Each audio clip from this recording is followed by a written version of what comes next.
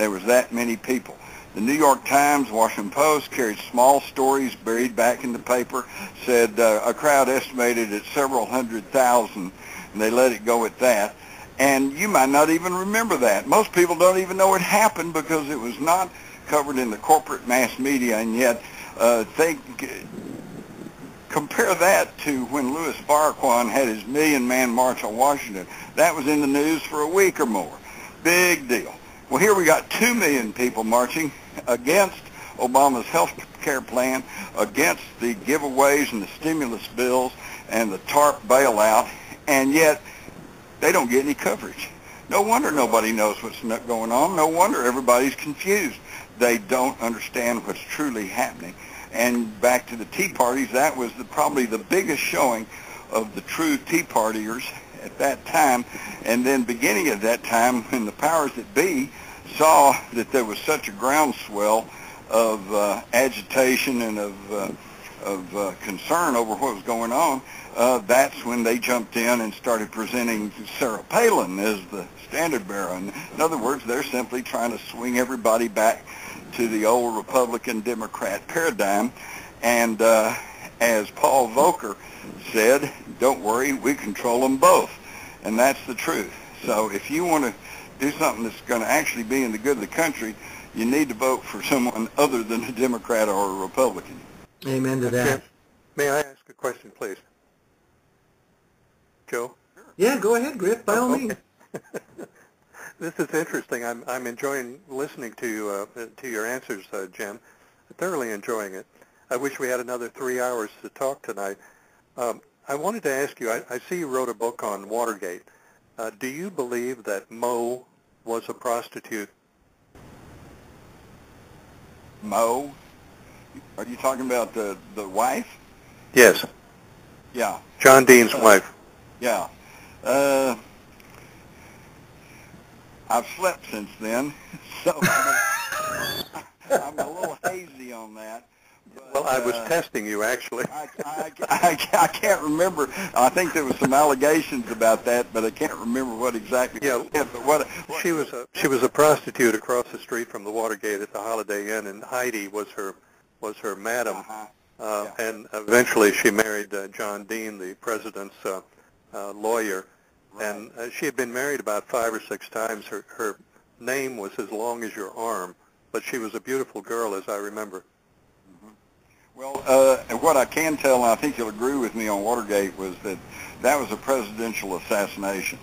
But unlike the Kennedy assassination, where they actually killed the guy, in Watergate, it was a political assassination of Richard Nixon. And the beauty of it is they didn't have to concoct anything on him. They simply lifted the curtain and said, look what he's doing. And at that time, back at that age, when we still had the old republic, there were enough people who were indignant about what was going on that it forced his resignation. But they've gotten smarter these days, and you rarely hear about any of the infighting that's going on like you did then. Mm-hmm. You know, the CIA had 2 operations over there at the Watergate. I'll bet you didn't know that. I did know that. Did you?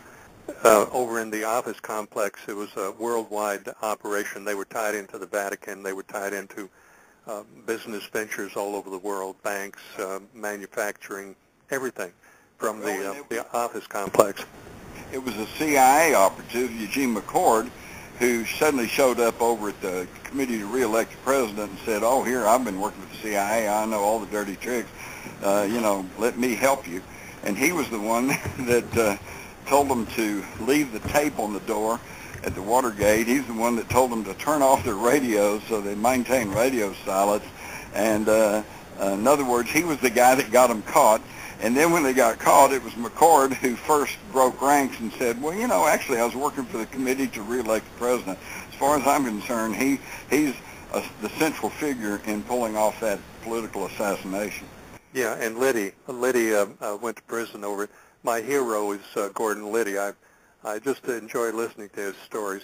He told some funny stories about his time in prison. The apartment they had over there, I spent a lot of time there. It was 700 New Hampshire Avenue is the address of the place, and the apartment number was 1520. It was the penthouse. spent quite a bit of time right up on the top. We used to go up on the 4th of July and sit on the roof and watch the fireworks. Yeah, it's probably a pretty swank place. It was. It really was. Paid for with campaign contributions, right? Drug money and everything, yeah. Yeah. Yeah. Yeah, it's, see, that, Griff, that's the thing that really just slays me when I get to thinking about it. Back in the Middle Ages, when the king's troops came around and took half your crop and your eldest daughter, at least you knew where the pressure was coming from, and you had the option of, you either go along with it or you stage a revolution. Today, we pay those people to tyrannize us. Isn't that amazing? Well, they steal. They're thieves and criminals running the government right now, mostly all over the world. It's not limited just to the United States. But I don't believe that you're going to vote these people out at the ballot box. You'll never get rid of them short of revolution, short of armed conflict. And I think that's what Obama is trying to do right now, is stir the people up to cause something. I'm not very optimistic about the near future. I think something's coming down. It's going to be bad.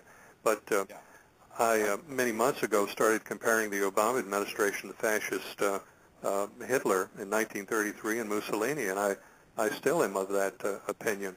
This is a fascist government. That's true. Well, here's the thing in a nutshell, and just consider this. From 1989 to 1993, we had the George Herbert Walker Bush administration, and every member of his cabinet, except for Dan Quayle, who couldn't spell potato, and his old buddy, were members of the Secretive Council on Foreign Relations. Right. And in 93 to 2000, we shifted. We got a Democratic administration under Bill Clinton. Oops. Every member of his cabinet, except for Secretary of Defense William Perry, was Council on Foreign Relations. Well, then we change again. We get a Republican administration under George W. Bush, and we get Dick Cheney, Colin Powell, Condoleezza Rice, Don Rumsfeld, Robert Gates, Elaine Chao, Christine Todd Whitman, all Council on Foreign Relations. Oh, but then in 2008, we voted for change. So we got Barack Hussein Obama, and let's look at his cabinet.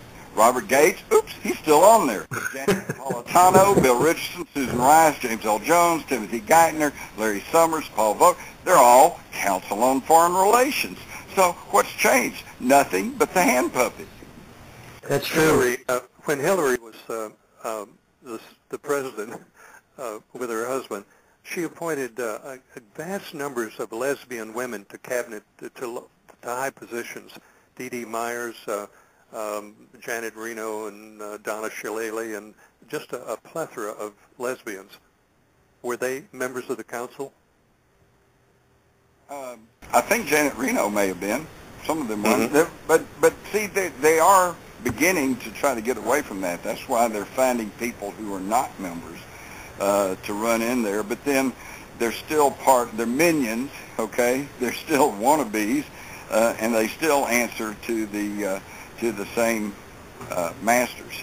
Of course, of course. Hey Jim, I've got a caller online. I'm going to take this caller. It's Andrew from Maryland. Andrew, you're live on the show. All right. Well, great. AC, John, and Joe, good to be with you again. And Jim Marrs, pleasure to talk to you for the first time.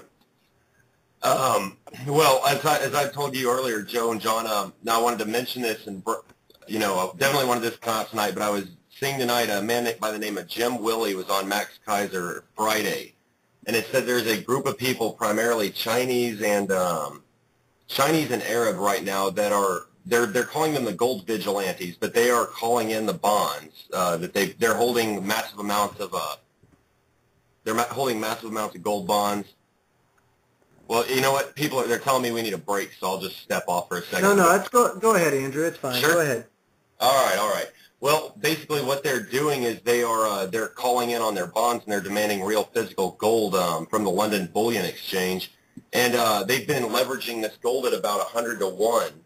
So basically what's happening now is there's essentially a run on the old gold bonds fractional reserve banking system, and they were quoted, he quoted them as saying that they were going after the Anglo bankers until they were dead and denutted, unquote.